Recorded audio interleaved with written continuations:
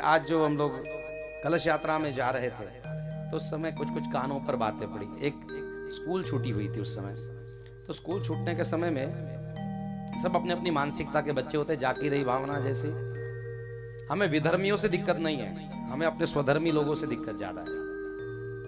तो वहां कुछ जो हिंदू की महिलाएं थी, मुझे दीपक बाबू ने मुझे जवाब दिया कि गाड़ी छूटी, स्कूल छूट रहा था और सब लोग जा रहे थे। किसी विधर्मी ने ये बात नहीं की, किसी दूसरे जाति धर्म वाले जिसने मुंह पर कुछ पर्दा वर्दा बांध रखा होगा उसने कुछ नहीं कहा। हमारी जो हिंदू सनातन की कुछ महिलाएं वहां से जा रही थी अपने बच्चों को लेकर के। बताओ, इनको कोई काम धंधा नहीं है, उठ छुट करके भागवत करते हैं लोग। बताओ, स्कूल के टाइम पर ऐसा करने की जरूरत है क्या?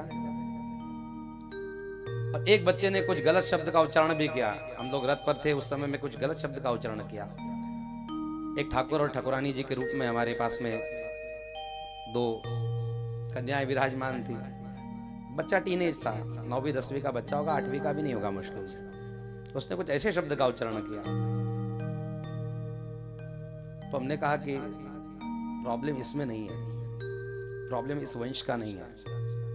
इनके माता पिता ने कभी भगवत भक्ति का सूत्र समझा ही नहीं। इनको संस्कार नाम की कोई चीज होती है ये कभी सीखा नहीं। हमारे किसी और अन्य धर्मियों को अपना धर्म सिखाना नहीं पड़ता, हमारे अपने लोगों को बहुत समझाना पड़ता है कि ये धर्म होता है भैया, ये भगवत भक्ति है भैया, ये साधना है भैया, ये पूजा है भैया, ये आराधना है। शायद वो भगवान की भगवत कथा में अगर आ जाते, आप जैसी माताएं अगर कोई होती तो शायद उसको अलग तरीके से जवाब दे देती। पर वो स्वयं, उसके माता पिता ने, जिसने ऐसा कहा, उसके माता पिता ने कभी जीवन में सत्संग न किया होगा, उसने भी कभी सत्संग नहीं किया, और निश्चित उसकी संतान भी जब सत्संग नहीं करेगी।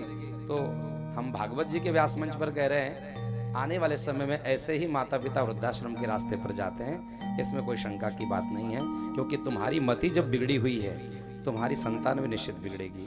क्योंकि जैसा विकार तुम्हारे मन मस्तिष्कों में चलता है वैसे विकार तुम्हारे संतान में आएगी। माँ पे पुत्र, पिता पे घोड़ा, और बहुत नहीं तो थोड़ा थोड़ा।